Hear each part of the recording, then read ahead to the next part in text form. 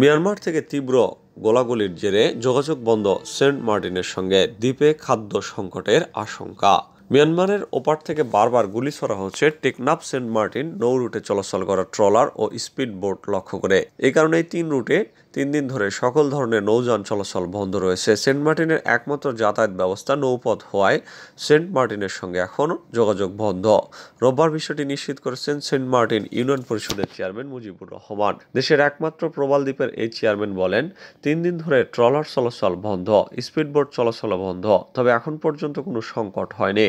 যাতায়াত নিয়ে সমস্যা হচ্ছে অনেকেই সেন্ট মার্টিনে আসতে পারছেন না, আবার সেন্ট মার্টিন থেকে যেতেও পারছেন না। কিছুটা খাবার নিয়ে কষ্টে আছে, তবে এখনো খাবার সংকট তৈরি হয়নি। সংকট হতে পারে সবজি এবং নিত্য প্রয়োজনীয় জিনিসপত্রের। আর কয়েকদিন বন্ধ থাকলে খাবার সংকটও তৈরি হতে পারে।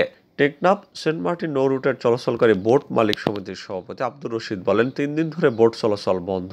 আমার বোটেও গুলি করা হয়েছে মিয়ানমার থেকে। এর আগের দিনও গুলি করেছে আরেকটি ট্রলারে। লোকজন পারাপার হতে পারছে না। সেন্ট মার্টিন থেকে টেকনাফে খাদ্য, মালামাল এবং মানুষ পারাপারের জন্য 3টি ট্রলার আসে এবং 3টি চলে যায়। আর অন্যান্য মালামাল নেওয়ার জন্য কিছু ট্রলার চলাচল করে। গতকালও 2টি ট্রলার যাওয়ার চেষ্টা করেছিল, তবে টেকনাফ মোহনায় গুলি করলে আবারও সেন্ট মার্টিনে ফেরত আসে ট্রলারগুলো। এদিকে বুধবার সন্ধ্যার দিকে নাফ নদীর মোহনায় সেন্ট মার্টিন থেকে ফেরার পথে বাংলাদেশি নির্বাচনী কর্মকর্তাদের লক্ষ্য করে মিয়ানমার থেকে গুলিবর্ষণ করা হয়। এছাড়া এর আগেও ট্রলার লক্ষ্য করে বারবার গুলি ছোড়ে মিয়ানমারের ওপার থেকে। এসব ঘটনার পুনরাবৃত্তি ঘটার কারণে ভয়ে আতঙ্কিত হয়ে ট্রলার এবং স্পিডবোট চলাচল বন্ধ রেখেছে বলে জানিয়েছে কর্তৃপক্ষ। এসব বিষয় নিয়ে কক্সবাজার জেলা প্রশাসনের অতিরিক্ত জেলা ম্যাজিস্ট্রেট ইয়ামিন হোসেন বলেন, সেন্ট মার্টিনে প্রায় 10,000 মানুষের বসবাস। তাদের নিত্য প্রয়োজনীয় দ্রব্য আনা নেওয়া এপার থেকে করতে হয়।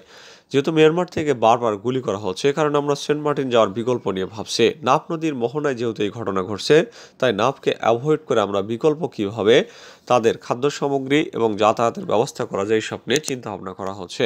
গুলি কারা করছে সেটি বোঝা যাচ্ছে না জানিয়ে তিনি বলেন, গুলি ছোড়া হচ্ছে, কিন্তু কারা গুলি করছে আমরা বুঝতে পারছি না, যেহেতু পরে যুদ্ধ চলছে। আর এসব বিষয় নিয়ে সরকারকে জানিয়েছি, স্থানীয়ভাবে সমস্যা সমাধানের চেষ্টা করছি।